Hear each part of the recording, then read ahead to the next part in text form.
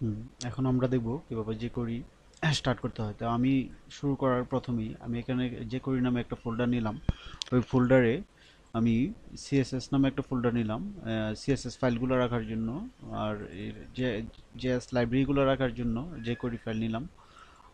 এখানে jQuery min.js নামে আমার jQuery লাইব্রেরিটা রাখা আছে। আর আমি যে কাজ করব index.html, তো index.html এ আমি আপাতত ব্ল্যাঙ্ক রাখলাম। তো এখন index.html এ কাজ করতে গিয়ে আমি এটা টোটাল ফোল্ডারগুলো আমি ওপেন করে নিই। ওপেন ফোল্ডার আমি এডিটর ইউজ করব সাবলাইম। সাবলাইম এডিটর ইউজ করতে গিয়ে আমি ডেস্কটপ থেকে আমি টোটাল jQuery ফাইলগুলো ওপেন করে নিই।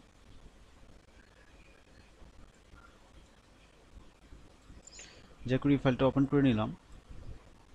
তো আমি এটা কেটে দিই। তো এখন আমি যদি আমার index.html ফাইল দেখি তাহলে আমার index.html এ কিছুই নেই। তারপর এখানে জেএস এই যে আমার jQuery লাইব্রেরি। তারপর এখানে আমার style.css এ একটা ব্ল্যাঙ্ক পেজ নিলাম, ওইটাতে কিছুই নেই। তো এখন যদি আমি html লিখি তাহলে আমার লিঙ্কটা কিভাবে হবে। আমি এখানে হেডার দিলাম, টাইটেল দিলাম প্র্যাকটিস jQuery।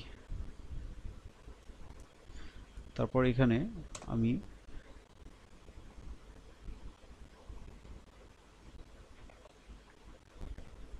লিঙ্ক দিলাম। সিএসএস ফোল্ডারের ভিতরে আমার style.css সিএসএস পেজ আছে। তারপর স্ক্রিপ্ট স্ক্রিপ্ট ফাইলের ভিতরে আমি দিব src লিখে আমার js ফাইলের নাম লিখব, js ফোল্ডারের নাম, তারপর jQuery.min.js। তো আমার হয়ে গেল। তো এখন যদি আমি আমার স্ক্রিপ্টগুলো লিখতে চাই, তো এটা এখানে না দিয়ে সবসময় পিছিয়ে দেওয়াই উত্তম, তাহলে টোটাল পেজটা লুট হয়ে jQueryটা কাজ করবে। স্ক্রিপ্ট নিলাম। তো প্রথমে স্টার্ট করব কিভাবে। তো স্টার্ট করার প্রথমে